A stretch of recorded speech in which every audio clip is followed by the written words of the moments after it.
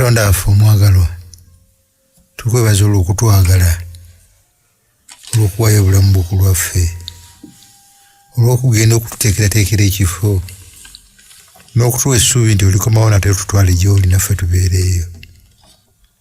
Newankubadde tulusula bubi tuli mu nsi ey'ekibi, essuubi eryo litunywezeza yatuzze okuliyitamu olwaleero. Otulungamye lituzzeemu amaanyi mu linnya lya Yesu Mukama waffe. Amiina. Tweyanziza nnyo omulungi awuliriza kwota tugifundikidde yanjawulo muko tutwalidde Sabbiiti 12 tubadde n'omutwe ogutugattidde awamu ogugamba nti okuddukanyiza Mukama okutuusa lwalijja. Tugenda kufundikira n'ekyokuyiga ekigamba nti empeera y'obwesigwa. Musumba Sebo, ensi erimu bingi ebitusikasika, ebizibu, okwetaaga n'ebyokutuukiriza nga ffe abantu. Ensi byetubanja bingi. Tuyinza tutya okulindirira n'okufuna empeera nga tukuumye obwesigwa? bwe tutegeera empeera etulinze, ne tutegeera agitusuubiza bw'ali, ne tukakasa nti ddala gy'eri, newankubadde tetumanyi ddiro erijja. Ebyo byonna byonna byeyogeddeko tubigumira, amaaso ne tugateeka ku lutimbe olwa Mukama waffe. Yes. Era mwannyinaffe yagenda otukulembera, mukyala mukadde Kabiito. Mukyala mukadde yagenda otukulembera. Okay. Kati mukyala mukadde neyanziza nnyo Sebo. Okay. Lesoni yaffe nga Kuteesa bwagambye eriko omutwe ogamba nti okuddukanyiza Mukama waffe paka lwalidda. Naye tuyize okutandikira gye twatandikira nti buli kye tulina kiva wa Katonda. Bibye atugabirako, effeeza, ezaabu, ente, mataka, byonna bibye.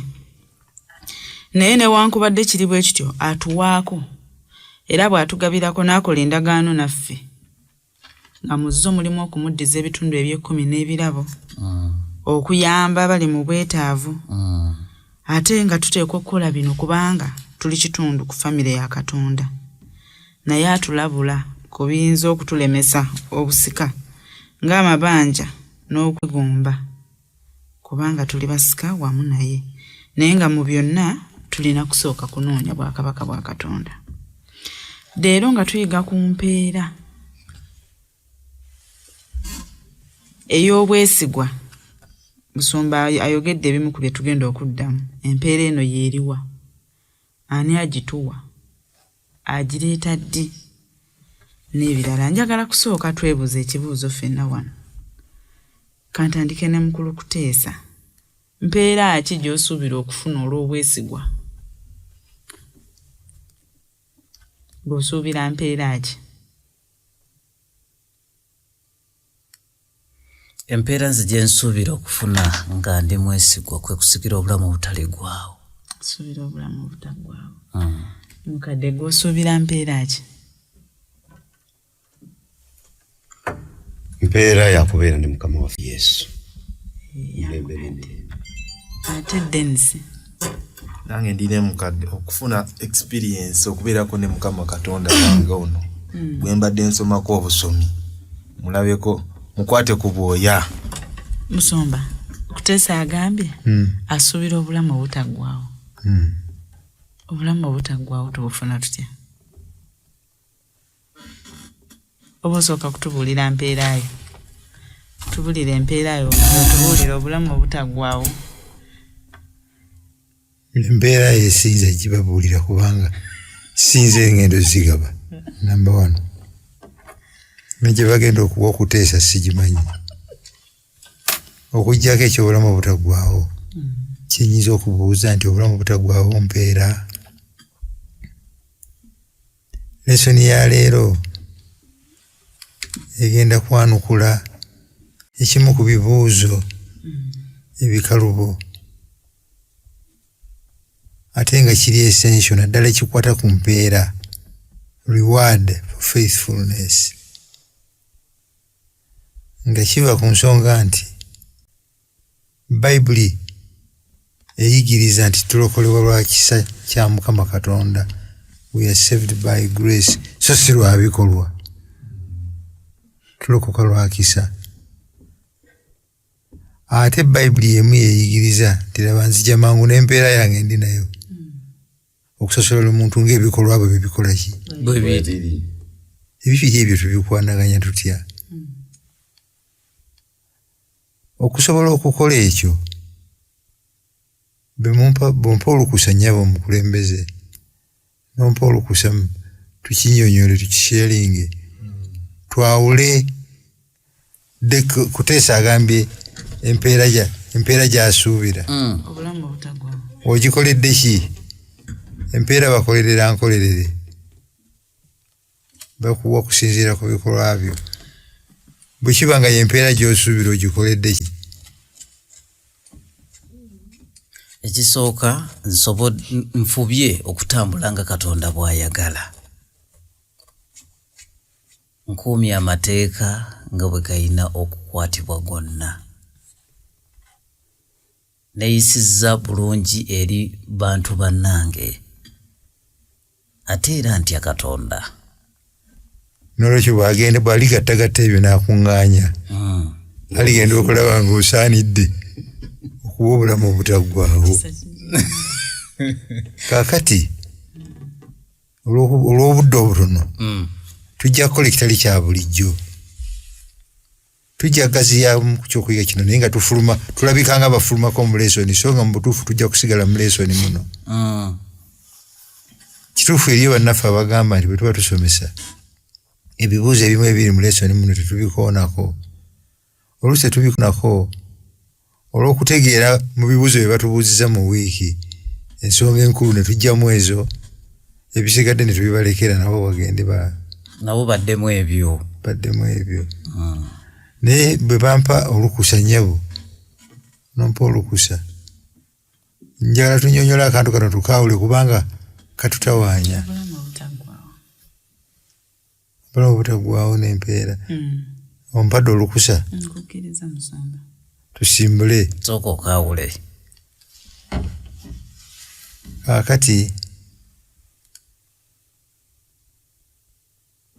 Balumi 6:23 empeera y'ekibi kufa n'ekirabo kya Katonda obulamu obutaggwaawo mu Kristo Yesu Mukama. Empeera y'ekibi kufa, okolerera by'ogikolerera by'ofuna, naye ekirabo kya Katonda obulamu obutaggwaawo mu Kristo Yesu Mukama waffe. N'olwekyo osooka kugolola Kuteesa obulamu obutaggwaawo kirabo, nti obulamu obutaggwaawo kirabo. Amiina. Si mpeera, nekyo kimu. Tugenze mu Befeso essula 2 tuve ku Lwokutaano tutuuse ku Lwomunaana.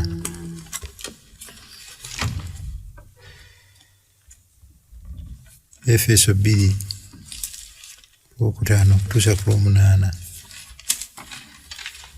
Agamba nti era ffe bwe twali nga tufiiridde mu byonoono byaffe yatufuula balamu wamu naye Kristo mwalokoka lwa kisa.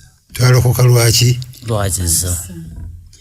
N'atuzuukiza wamu naye n'atuza wamu mu bifo eby'omu ggulu mu Kristo Yesu, mu mirembe egigenda okujja, alyoke alaga obugagga obusinga ennyo obw'ekisa kye mu bulungi obuli gye tuli mu Kristo Yesu, kubanga mwalokoka lwa kisa lwa kukkiriza, so tekwava gye muli kyekirabo kya Katonda. Owulidde? Tulokoka lwa kisa, tekyava gye tuli, kyekirabo kya Katonda. Yongerayo olunyiriri olwo otuuse ku Lwomunaana. Tekwava mu bikolwa, omuntu yenna alimu okwenyumirizanga. Tekwava mu bikolwa, kubanga ffe tuli mulimu gwe abaatondebwa mu Kristo Yesu olw'ebikolwa ebirungi Katonda bye yasooka okuteekateeka ffe okubitambulirangamu. obulamu obutaggwaawo kirabo ekituweebwa nga tekivudde mu biki mu bikolwa. Naye empeera eri mu kubikkulirwa essula 22 olunyolo lw'okubiri. Kiraga nzija mangu. 22. Ngezaako okuddamu. Si kibuuzo kye babuuzizza naye. Laba njija mangu. N'empeera yange eri nange okusasula buli muntu ng'omulimu gwe bwe guli. Tuli mu kwawula obulokozi olw'ekisa n'olw'ebikolwa byaffe. Kakati ebyo bibiri tubikwataganya tutya? Bwagamba tulokoka lwa kisa so si lwa bikolwa. Lwaki obulokozi obutuweesa obulamu obutaggwaawo butuweebwa buweebwa lwa kisa? Lwaki Dennis? Chumba nze kino kyendowooza.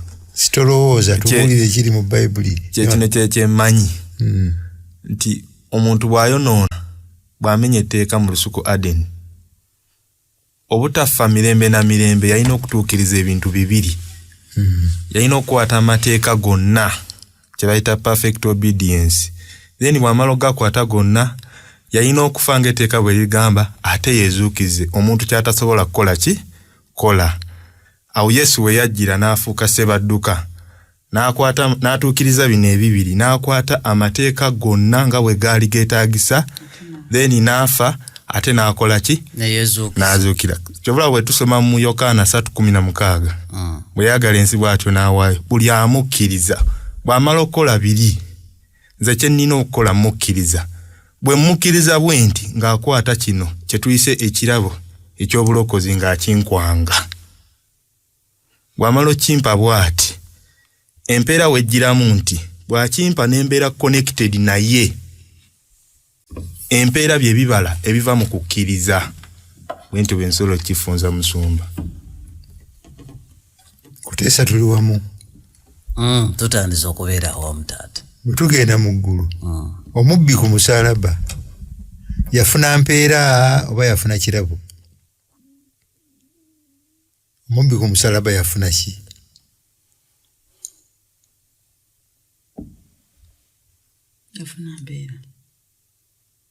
Yafuna mpeera oba yafuna kirabo? Kirabo. Lwaki kirabo? Kuba talina kye yakikolerera. Talina kye yakikolerera. Bamukomeredde lwa bubbi, lwa butemu. Ategedde ensobi ye musajja wattu. N'alaajanira agaba obulamu. N'amuwa kirabo. Bwereere.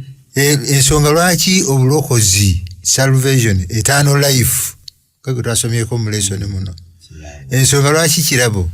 Lwa nsonga Katonda senganga yagamba nti muonoonye temulirema kufa, n'atugamba nti mwerwaneko mwerokole. Ebibiri ebyetaagisa tewali n'omu kuffe wadde kuteesa. Agambye nti kubanga teri n'omu asobola kubituukiriza. Tewali asobola yadde. Yensonga lwaki mu kisa kye ne mu kusaasira kwe atuwa Yesu n'abituwanga empeera.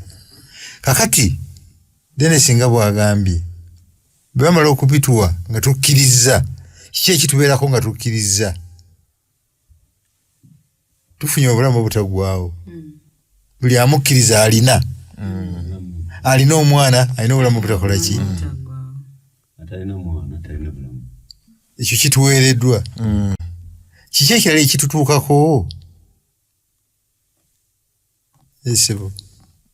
Bwe tumala okukola ekyo tubeera connected naye. Connected. Tutandika okutambula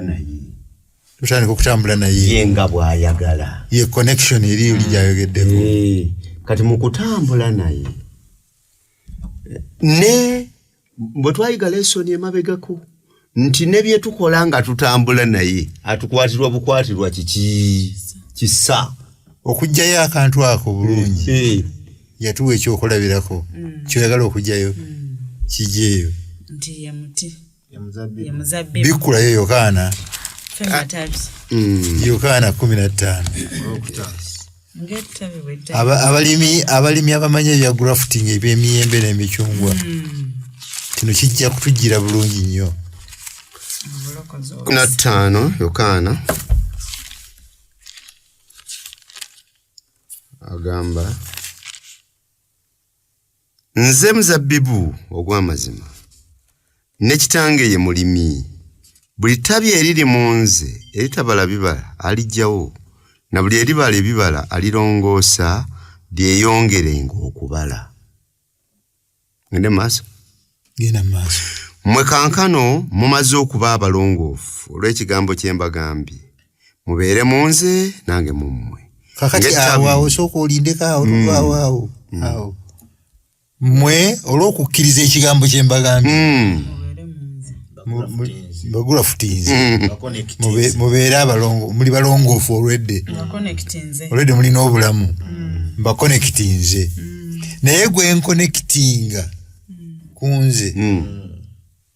Ateekwa kubala ki? Bala. Bw'atabala. Ng'ettabi bwe litayinza kubala bibala lyokka.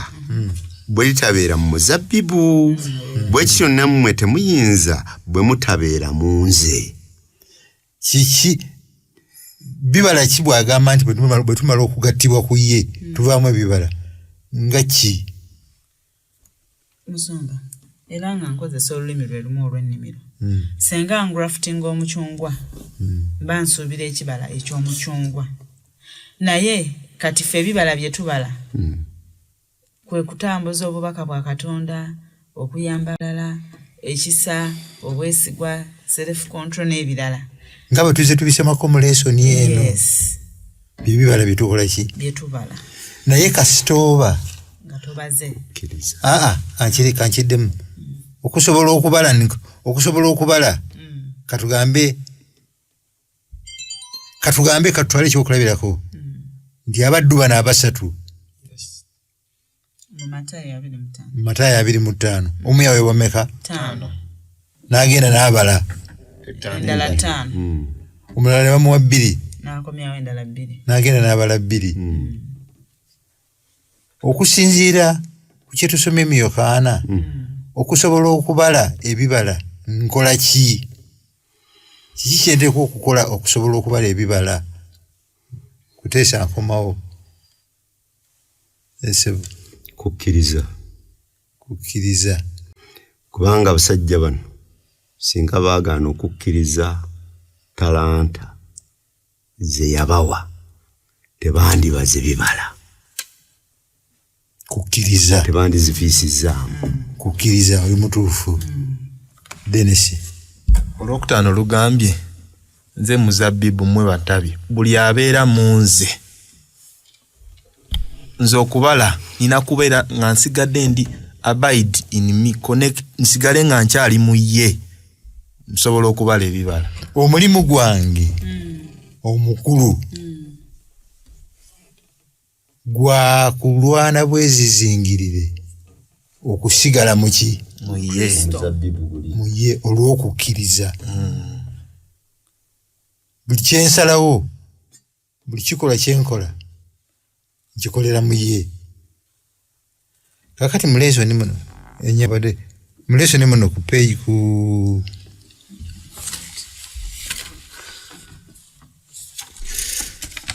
Mande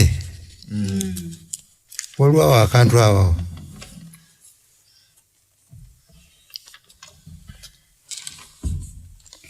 ng'amaze okwanjula nti buli muntu yenna ateekwa kuyingira mu bulamu obutaggwaawo. Ku nkomerera alina okufuna obutaggwaawo either obulamu obw'okufa. Naye waliwo awo it is hard to imagine.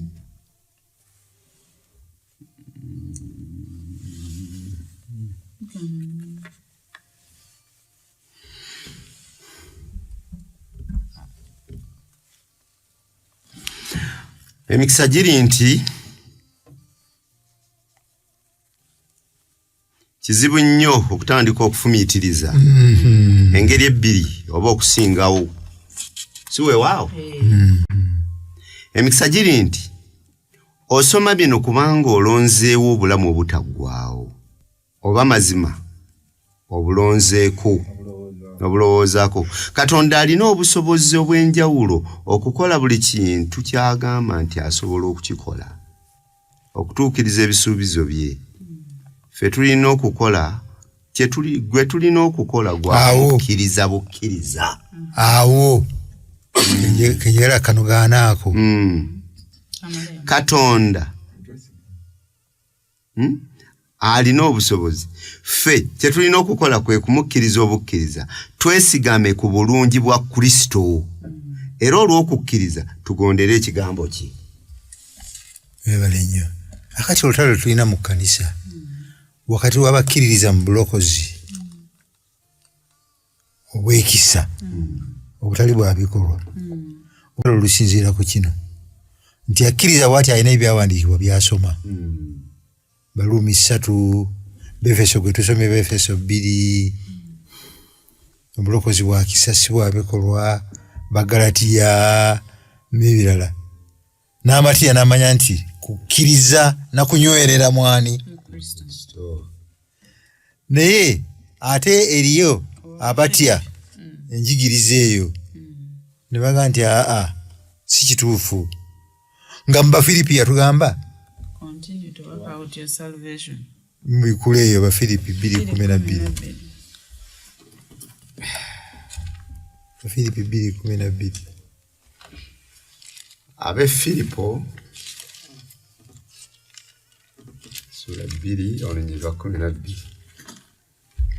agamba kale abaagalwa bange nga bwe mwawuliranga nyabo kibikule mu Lungereza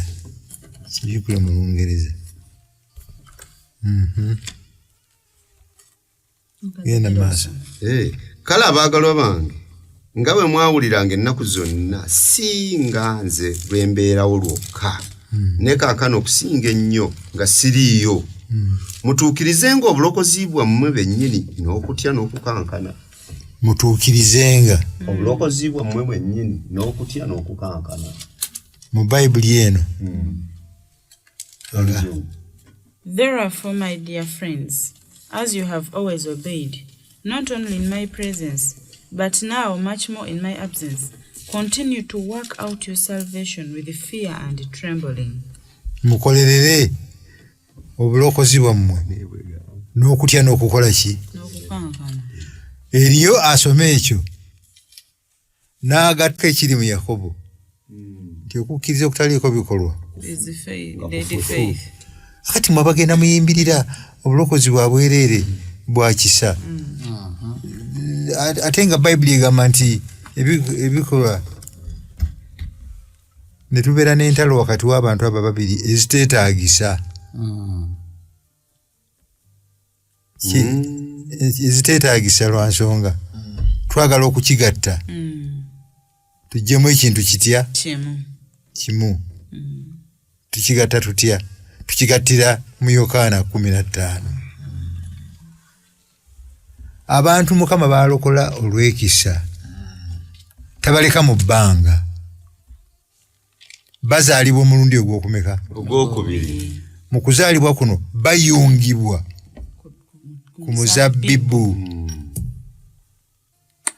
ekibuuzo kikino bwe bayungibwa ku muzabbibu ani aliikiriza munne ani azaazisa munne ebibala gweguliikiriza amatabi gwe gulina ekikolo ne gugazaazisa n'ebibala ekitegeeza newankubadde ndi ku muzabbibu n'ebibala ebigenda okunvaamu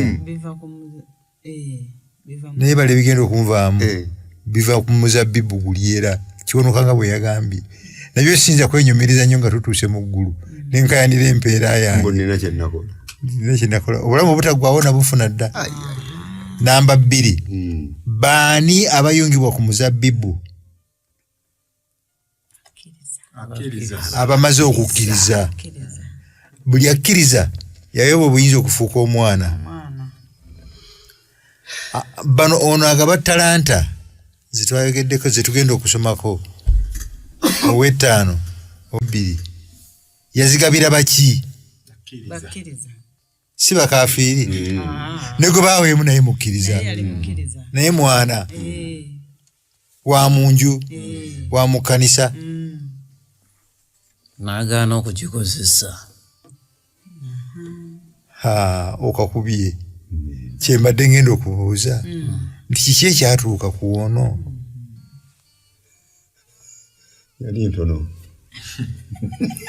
just refused saagala mbule ayagala kumugezi mbula mangu ayagala kumugezi kiki ekyamutuukako era kiki ekyavaamu era ekyavaamu kitya nga ate olwedde mu kristaayo alina obulamu obutaggwaawo yakkiriza ennyabo musumba kanzireyoko ku mboozi y'omuti nti ettabi bwe litabeera ku muzabbibu teribala naye ate n'ettabi lino lirina okwenyweza ku zabbibu nutrients ziflowinge amazzi gayitemu ebibala biryoke bikole ki naye senga libeeraawo nga liragayalagaya connection yefa kaakati bonna baali basatu bakkiriza bayitiddwa ababiri kye baakola kwe kwenyweza ku muzabbibu era ebibala ne babikomyawo kati oli atenyweza kyekiri mu Bafilipi 2:12 nti continue to work out your salvation naye nga kye tulina okukola kwenyweza butatta nkolagana kakati empeera gye tuyigako mu lesson eya wiiki eno empeera eyo agenda kugisinziiza ku ki olwedde kubanga ndi mwana ndi mu muzabbibu nina obulamu obutaggwaawo abalina omwana balina obulamu ndi grounded kitange beyampa bandi mu 5 kakati empeera gyagenda okumpa agenda kugisinziiza ku ki era gwataawe agenda kusinziira ku ki era gwataawe anaasigalayo mu bulamu obutaggwaawo kubanga mwana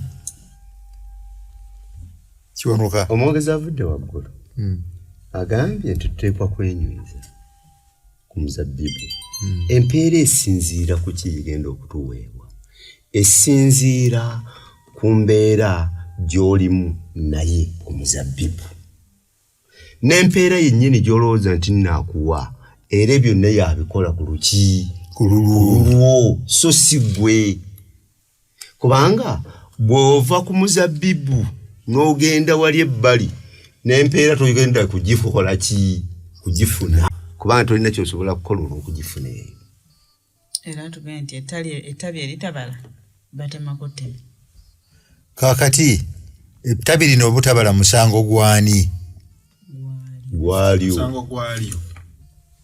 bwe tudda ku basatu bali ono kiki ekimugobesa mukama we yayita mulina mu pulaani kiki ekimugobesa ogenze n'obuuza kiki ekimugobesa naye nze nandirowoozezza nkasooke tubuuze kiki ekimugaana okubala kale otyo kale kiki ekimugaana okubala ekimugaana okubala yalowooza nti ekimuweereddwa kitono atunuulira bali nga baweereddwa kiki yandyogeddemu ebbiri wakiri yandyogedde nga bakyawa kakati ekyo kyekimuganyisizza okukola ki okubala era y'ensonga enkulu ne mu kukkiriza kwe tulimu nti abasajja n'abakazi bangi tugaanye okubala ebibala olw'okubanga tugaanye ekigambo okuyingira mu muzabbibu ogw'amaki ogw'amazima era ekigambo kya Katonda ne tukisomanga kungulu ebirala ne tubikola ki ne tubireka denesi nendo kakalanga tutubaze musumba nze kyemmanyi nti ekigaaniso ono okubala teyali connected naye ng'ali munda nga mwana nga tali connected era n'ekiraga nti teyali connected engeri gy'ayogera nga mukama awazze nakumanya nti oli musajja muzibu okungulira gy'otazi bo bali abalala bwe baayogera si bwe baayogera kubanga baali connected ono teyali tiyina nkolagana ekitegeeza musumba kyangu okubeera omukristaayo naye nga Katonda simutegeera somako 7 Matayo 21:23 Matayo 7:21 olwabiri mu 3 okutuuka kwa 23 agamba bw'ati buli muntu aŋŋamba nti mukama wange si yaliyingira mu bwakabaka obw'omu ggulu amugambira wabweru wa kanisa munda mubatize nnyo mukama wange alinga mukama wange genda mu maaso wabula akola kitanga ali mu ggulu byayagala banja baliŋŋamba naku luli nti mukama waffe tetwalagulanga mu linnya lyo tetwagabanga dayimooni mu linnya lyo tetwakolanga byamagero bingi mu linnya lyo ne ndyoka mbaatulira nti sibamanyanga ku mmwe muve wendi mmwe mwenna abaakola ebyobujeemu tabamanyanga twawulira ebigambo ebyo naakola ki n'amala abikola kyaliva afaananyizibwa n'omusajja ow'amagezi eyazimba enju ye ku lwazi tabamanyi ekibuuzo bo bamumanyi ate agaye bakola bya bujeemu tebayinza kumutegeera n'olwekyo abeera mu nze nange nembeera muki abala ebibala bingi abawala abataano baali bakristaayo baali bakkiriza baali connected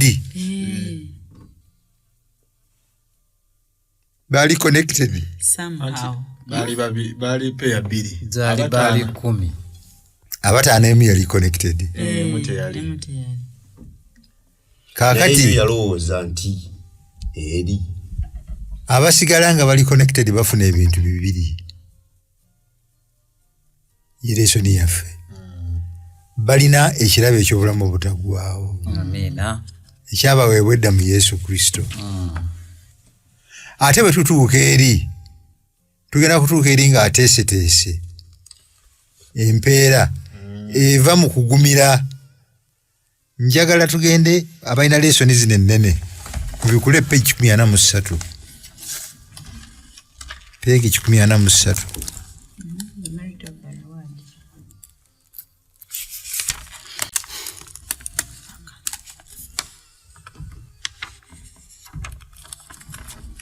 kalwa kwayagala okusoma involves perseverance and self-sacrifice.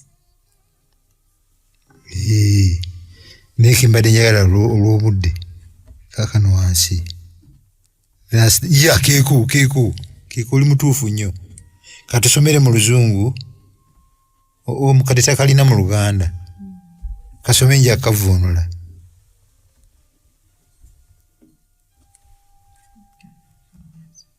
Thus, the merit for the reward given to the redeemed belongs solely to God. N'empeera eno eyogerwako omuntu alifuna ebisaanyizo okugifuna n'ebisaanyizo bino ate Katonda yabimuwa ekyo kyennyini. Who works in the faithful to will and to do his good pleasure. Lwa nsonga newankubadde nga mba Filipi ako kankagattemu newankubadde nga mba Filipi agamba nti mufube nnyo okulwanirira obulokozi bwammwe olunyiriri olwo gye luggwerako nti kuba Katonda yakola mu mmwe genda mu maaso. The redeemed are rewarded for accepting and not giving up on God's work in their lives. Ako For they believe that Jesus is the author and giver of everything everywhere. Ako abanunuddwa abanunule abafunye obulamu obutaggwaawo baweebwa empeera olw'okulemera ku mulimu gwa Katonda. Amiina. Olw'okulemerako mu bulamu bwabwe nekikwatagana na kiri nti abeera mu nze abala ebiki kale kagatteko. The attainment of this reward involves perseverance and self-sacrifice on the part of the Christian. Ebyo tukola byokka tufuna ekirabo ekyo nebigenda okutuweesa empeera. Kakati nga tumaze okunyonyola bino enjawulo wakati kitegeeza kuteesa kino ekibuuzo kikyo. Omusajja ono ow'okusatu ow'etalanta emu olw'okubanga yali mukristaayo, yali muweereza ewa mukama we, alya ku mmere ye, asula mu nyumba ya mukama we, mwana wa munda, church member, mukozi, mudiikoni, whatever it was. Bw'ataakola, bw'ataabala bibala, afazaali yasikira obulamu kubanga mukkiriza.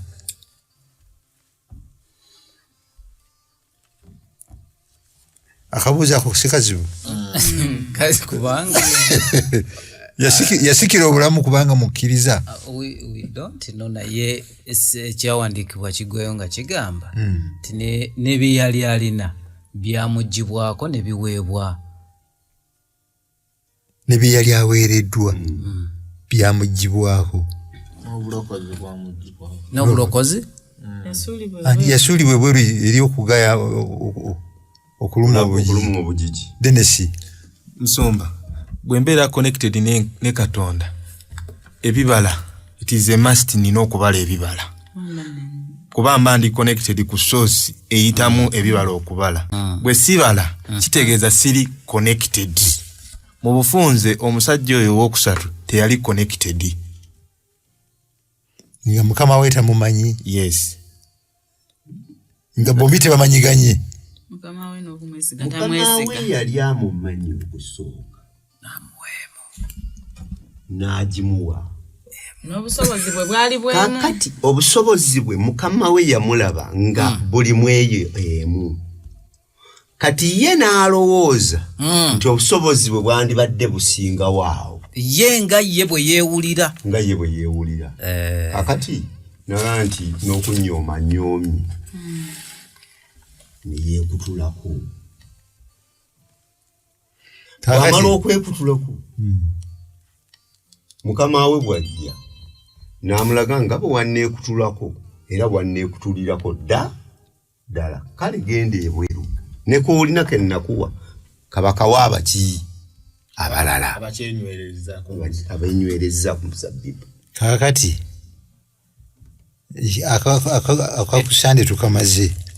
Ettabi neritemerwa ddala. Empeera tugimaze. Reward for faithfulness. Tugimaze. Tuyina eddakiika Mande tumumaze. 16. Everlasting life. Obulamu butagwawo. Butuweebwa bwebwa nga kiki? Nga kirabo. Si mpeera. Kuteesa noonyayo empeera endala. Nze tebambuuziza mpeera gye neesunga nga tutuuse Owa tugambye tajja gitubuulira. nze oli kyonoka yagambye nti ayagala kulaba ku Yesu. Ayagala kulaba ku Katonda. Si kulaba. Kubeera naye. Nze oli ayagala mukwata ku bwoya. Banja bajumulaba naye kukola ki? Ono ya kubeera naye. Nze olw'okubanga mmanyi nti ndibeera naye empeera gye njagala okusooka okumpa yeeno eya no more tears. No more tears. No more sorrow. No more sorrow. No more hunger. Njala kusookera awo. Mugaye ndi taata. Mu bulamu butagwawo awo ninawo garanti awo. No more pain. No more sorrow. Kubanga mmanyi nti ebyo biba bigwereddewo ddala. Bye twogere tubitegeera. Akati everlasting life tukimaze. Akati tusigazza Tuesday ni Jerusalem. Mbakatusoke tumalirize ono. Kale. Tulyoke tukwate ku news Jerusalem. Kale. Kubanga tuyina just 15 minutes. Bujja kumala. Kubanga era nga bwe tubadde ku talanta. Nsaba kubuuzaawo kino ekibuuzo. Katonda agamba ki abaddu abeesigwa mu mulimu gwe? Mu Matayo 25 2:23. Kabiri mu 5. Olwabiri agamba n'oli yaweebwa ettalanta 5 najja n'aleeta ettalanta 5 endala n'agamba nti mukama wange wandekera ettalanta 5 laba naviisaamu ettalanta 5 endala. Mukama we namugamba nti weebale, oli muddu mulungi, mwesigwa. Wali mwesigwa mu bitono, ndikusigira ebingi, yingira mu ssanyu lya Mukama. Amiina. Abagamba atya Dennis? Yingira mu ssanyu lya Mukama. Yingira mu ssanyu lya Mukama. Omusumba essanyu lya Mukama waffe liririwa.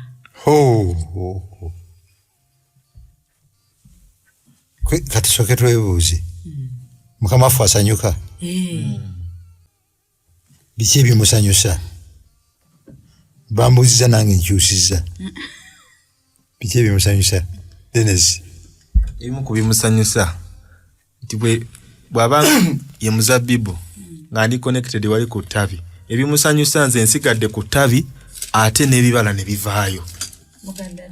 Kimusanyusa nga nsigadde nga ndi connected. Byessanyu lye. Awo asanyukira ddala ng'ebibala biyiika. Mukadde atusomereko Musomba. Abebbulaniya 12 olw'omukaaga.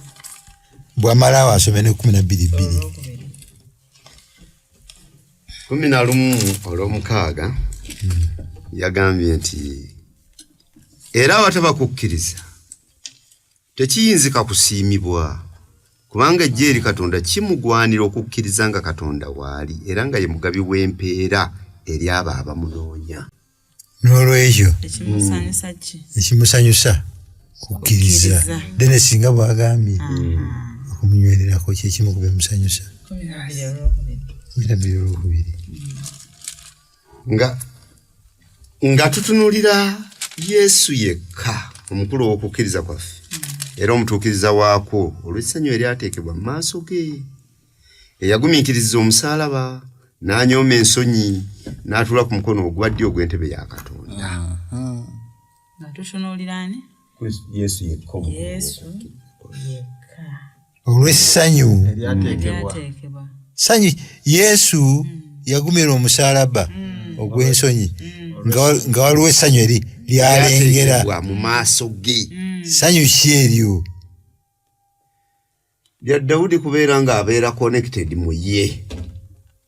Musumba tusomeko Revelations 21:3. Oba oyo tumulinze Yerusalemu ekijja okugunjika naye. Kale nga tumaliriza ekitundu ekyo. Omuddu ono kiki kyamiisinga ow'okusatu? Sooka Musumba malirize kali. Essanyu. Kyalina ky'olyongerako. Bebbulaniya. Essanyu eryateekebwa mu maaso ge. Yagumira omusaalaba. Ssanyu ki eryateekebwa mu maaso ge? Mulowooza kaki akaasanyusa ku Mukama waffe ng'ali ku musaalaba? Musumba nze bwe yali ku musaalaba kwaliko olwedde ababbi ababiri naye nga kuliko omu akkiriza ekirabo eky'obulokozi. Yesu n'agamba nti kanfiirire ono waakiri. Mariyamu Magdalena yaliwo ng'akaaba. Yokaana. Sitanfunyeyo abantegedde. Essanyu bwe yalengera gye bigenda mu maaso ne byabategekedde n'agumira ki? Omusaalaba. Kakati eyinza okuba nga y'empeera gy'atuwa essanyu lyeryo. Tugende ku Yerusaalemi tumalirize ne Yerusaalemi. Musumba nja kutandika n'ekibuuzo. Lwaki Yerusaalemi? Kubanga tuwulira ku bibuga eby'amaanyi Los Angeles. Lwaki Yerusaalemi? Mukadde. Lwaki Yerusaalemi? Lwaki si Kampala?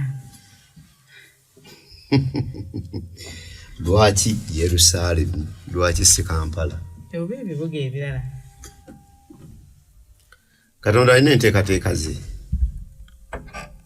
Era enteekateeka za Katonda zisigala nnywevu. Ekibuga kino Yerusaalemi kyateekebwateekebwa okuviira ddala mu Bayisirayiri. Abayisirayiri mu kibuga kyabwe ne Yesu naye ku lunaku luli bwe yajja yagamba ng'ayogera ku kibuga kino abannyonnyola okusinziira ku kibuga ekyo mwe baali bakola ki? Mwe bali era bategeere amazima ge neki kyagenda okukola okusinziira kwe byagenda okukola kugamba yali senta y'obulokozi ekyo Senta y'obulokozi. ate mu history wa Yesu tulaba nga bamuleetayo mu musinzizo ayingirayo n'amaanyi. N'olwekyo musomesa naawe nange nkubuuze obanga tuli ku mpeera Yerusaalemi kino nayo mpeera gyagenda okutuwa. Yerusaalemi Musumba is a destination ey'abo abaana babafunye empeera. Destination eba kyeki we wali akagwa wali eri bwe giba misinde oba ntegerekeka. Sikutegedde bulungi naye Yerusaalemi ye destination gye tugenda okubeera butuuze obw'olubeerera naye temubeere mu buntu bulinga mpeera gye Kutesa taafune muka aka apartment gyali empeera ali bamaze ofuna empeera ye ajja bukale empeera yeeruwa ndine subuya inaanza. Musombo b'ekibuzo nze nkitegedde bwe nti Musombo kyolinga kyobuuza empeera yaffe ye Yerusaalemi oba ye empeera yaffe ye Katonda nga tuli naye mu Yerusaalemi. mukadde atusomere omukadde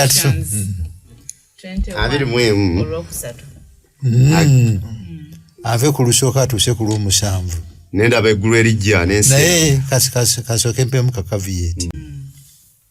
Waliwo etteeka erigamba nti mu Bayibuli bw'osomanga n'owulira ekintu nga bakiddiŋŋanye emirundi egisukka ku 2 3 kiseeko omutima.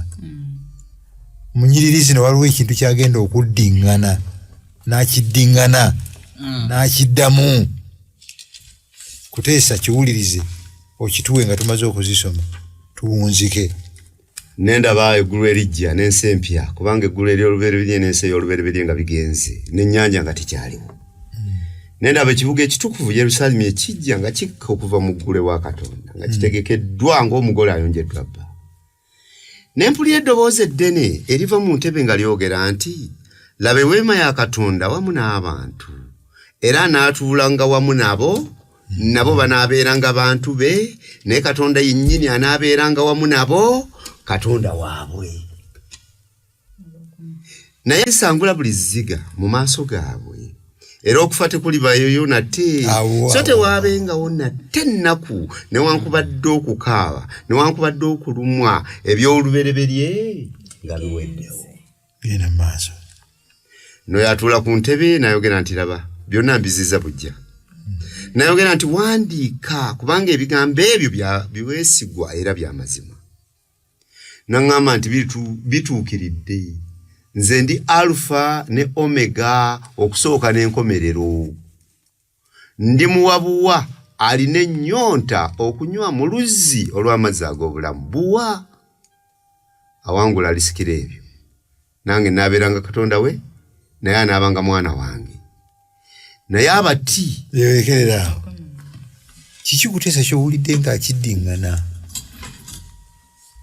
n'akiddamu mu sitayiro eno n'akiddamu mu sitayiro eri. Ndiba Katonda waabwe. Weebale nnyo. Ani agalo kigaziyamu ennyabo. Musumba eyo y'empeera. Aliba Katonda waffe tuliba wamu naye naye naffe eyo y'empeera. Musumba nange okyongerako nti kirabika oba kituufu Katonda ono ekigendererwa kye yatutonda nga ayagala ffe tubeere wamu naye naye abeere wamu naffe. Era nga bwe tulaba mu kuva 25 olw'omunaana wabagamba mu nkolera watukuvu nange naabeeranga wamu nammwe to dwell. Endowooza empeera Katonda gy'ayagala ffe tubeere naye abeere naffe. Ffe abamu tulowooza ku kibuga ng'empeera eyo ne kungule ezigenda okuba za size ez'enjawulo nti abalireeta abangi eri obutukuzi bali masamasanga kiki ng'enjuba. Naye naye ndowooza nga bw'ogambye Katonda ye mu mutima gwe ekirabo kyayagala okutuwa kubeera naye. Katono nnyo Musumba agambye nabo anaatuulanga wamu nabo. gwani atuula ne Katonda. Kakembo kaweera seesalire. Gwani atuula naye. Katonda yennyini agambye n'atuulanga wamu naki. Somayo ne 3:21. Bo bufaananyi nga sibumala. 3:21 yagambye awangula ndimuwa okutuula awamu nange ku ntebe yange ey'obwakabaka era nga nange bwe nawangula ne ntuula wamu ne kitange ku ntebe ye ey'obwakabaka. Gwani atuula mu ntebe ey'obwakabaka. Waliwo n'ekirala kye tutasoma olw'obudde. Banaafugiranga wamu naye. Tugenda kufuga ani? Era nga tufuga tutya? Twakizuula nti waliwo ensi ezitayonoonanga. Abatamanyi bulumi bwetuyitamu kati. Njagala saagala kusubwa kya Zefaniya. Ekya Zefaniya 3:17. 16:17. Zefaniya 3:17 yagambye 16:17. Ku lunaku olwo Yerusaalemi kirigambibwa nti totya Ai Sayuni. Kibikule mu Luzungu ne mu Luzungu. Ku lunaku olwo Yerusaalemi kirigambibwa nti totya Ai Sayuni, emikono gyo gireme okuddirira. Mukama Katonda wo ali wakati wo, ow'amaanyi, anaalokola, alikusanyukira n'essanyu eriwummulira mu kwagala kwe, alikusanyukira ng'ayimba. Ye yayimba. On that day they will say to Jerusalem, do not fear, O Zion, do not let your hands hang limp. The Lord your God is with you. He is mighty to save. He will take great delight in you. He will quiet you with his love. He will rejoice over you with singing. Katonda ng'ayimbira Kakembo. Hallelujah. Samina. Empeera temmala. Kayimba kyawo kaba kagwana awo olowooza kanaayimba. Era empeera. Kakyama. Empeera ye ali nayo. Ajja nayo. Gabira buli muntu ng'ebikolwa. Waliwo ekibuuzo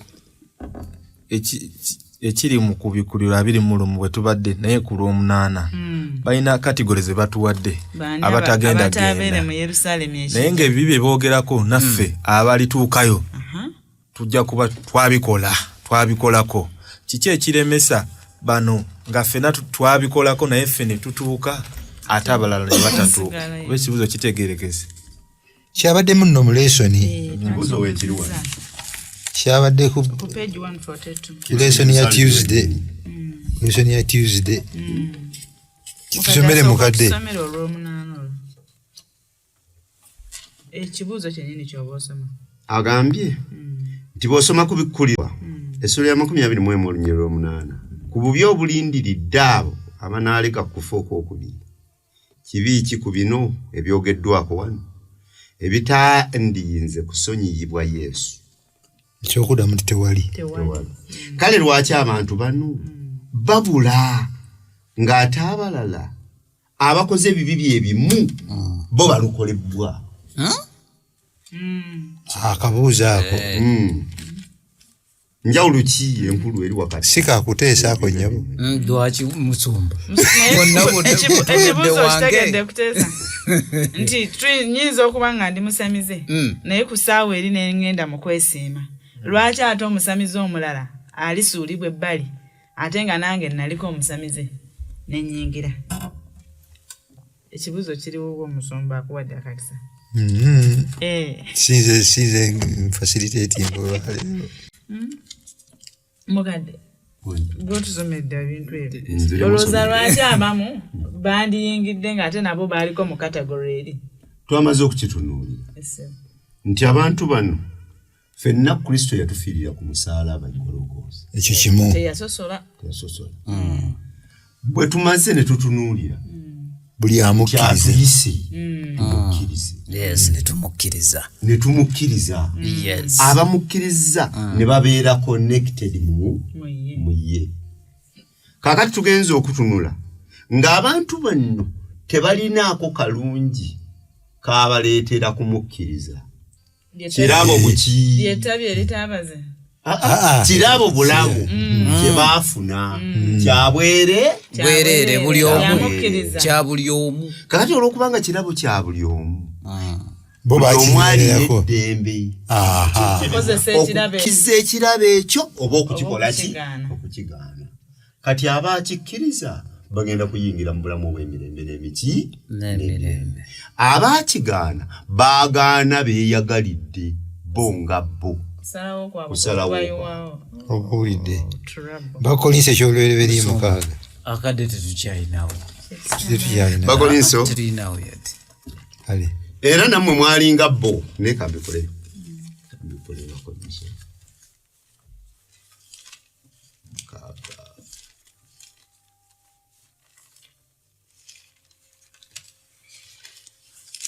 okolise suwa 6:11 nva ku lwa 9